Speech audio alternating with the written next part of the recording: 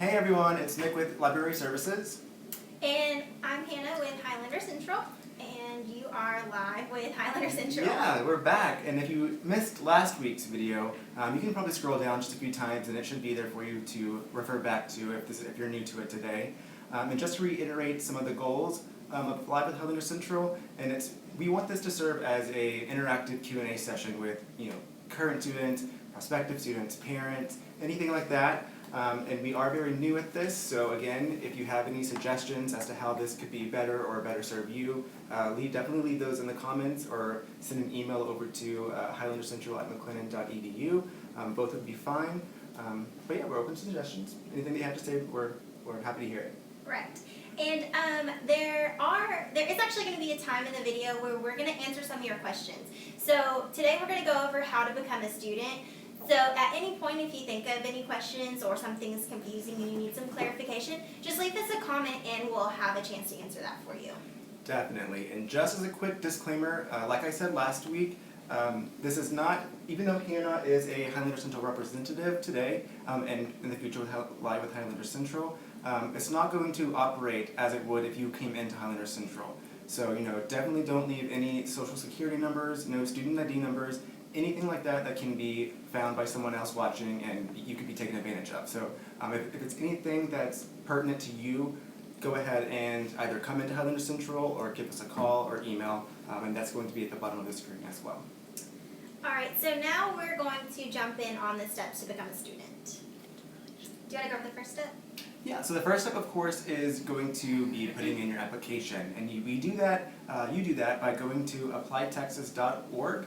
And from there, you are going to complete a personal profile, and then you are going to put in your 2-year application. Alright, so after you've completed your application, you can now complete your FAFSA. So you go to www.fafsa.ed.gov to complete your FAFSA. So I know that it doesn't seem important, but it's very important that you complete your application before you complete your FAFSA. And the reason why is if you don't have a student ID number and you're not in our system as a student, it's going to slow down the process for you about getting your FAFSA into the system. So please try to follow the steps in the order just to save you time and make sure everything is going correctly. And I know it is a long process to fill out your FAFSA and it's kind of confusing. So if you have any questions, we do have computers in Highlander Central. So you can always come up to Highlander Central and we can help you work on your FAFSA and you can even use our computers. Yep, that's right. And the next step, of course, and it's obviously an important part of the process, is getting your transcript sent in. So if you are a high school student, you will need to ask your school to send us over a copy of that. And if you are transferring over from another institution, you can do that same process as well. Refer to your university or institution, or you can go to getmytranscript.com.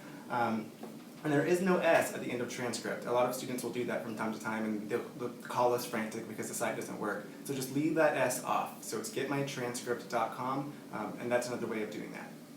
And don't forget, we will need the officials. So if you open it and look at it first, then that's no longer official. Alright, and so after you send in your transcripts, we will need proof of bacterial meningitis immunization. So if you are under the age of 22, we will need you to either get the shot or to complete the waiver. So they do expire, so if you've gotten the shot previously, if you've gotten it longer than 5 years ago, it's no longer valid. And here at MCC, the waiver lasts for 2 years. So keep that in mind if you're transferring from another school or if you are moving around colleges. And then it doesn't have to be sent through the mail. You can scan it or fax it, but that is just for the actual shot record itself.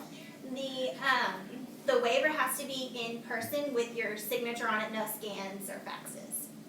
Yes. And next, you will, as a new student here to MTC, you will need to fulfill the testing requirements. But if you were in high school and you took the SAT or ACT, that will serve that requirement. So go ahead and send those over if you have those. Otherwise, you will need to complete the TSI test here on MTC's campus, and that will be done through the testing center.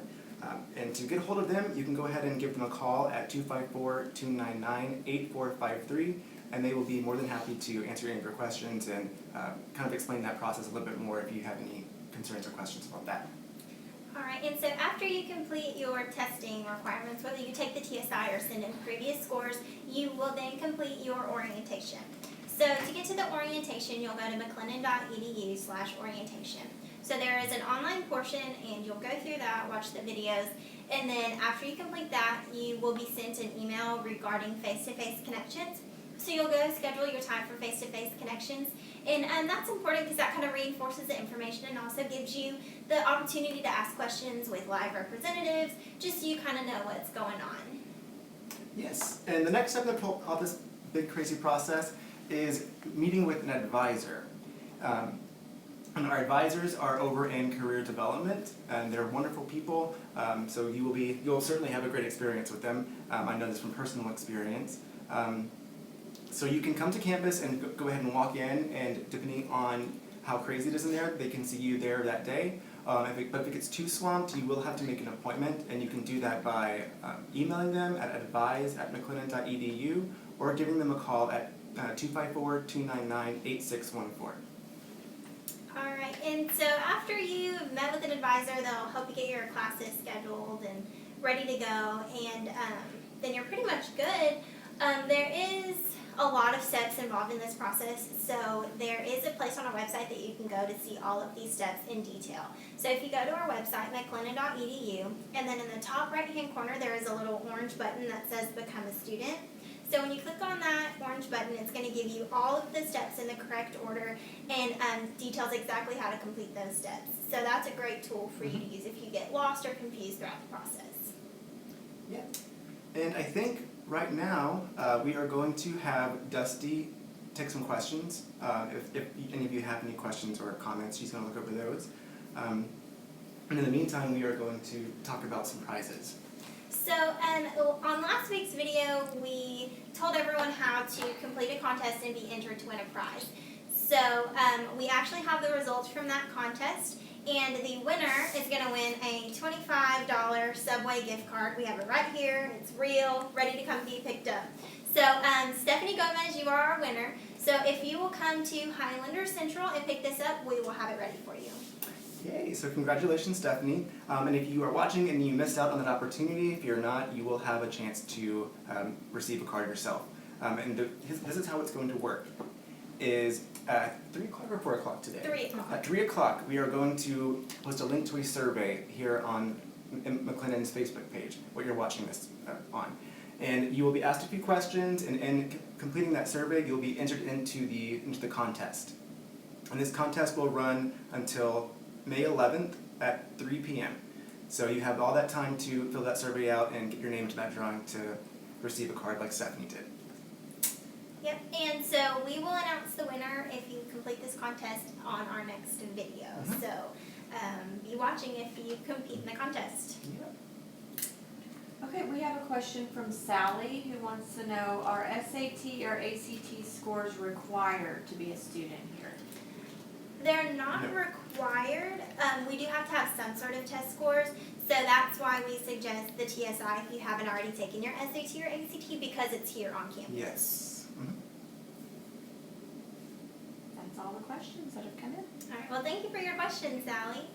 Yes, and if you are a student or a parent or anything of that nature, you can come back to these videos and feel free to leave a comment. If you have a question after the fact, go ahead and leave those, because we do go back and look to see what the conversation is, or what kind of conversations are happening in the comments. So if you're missing this, go ahead and leave a comment in the later time.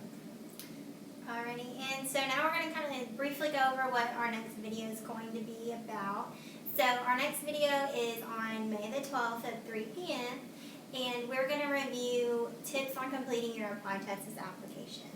So we're just going to give you some information to make sure that you understand what the application is about, some of the confusing parts on it we're going to just go over, and we're just going to make sure that you have all of the information that you need to complete it correctly. Mm-hmm.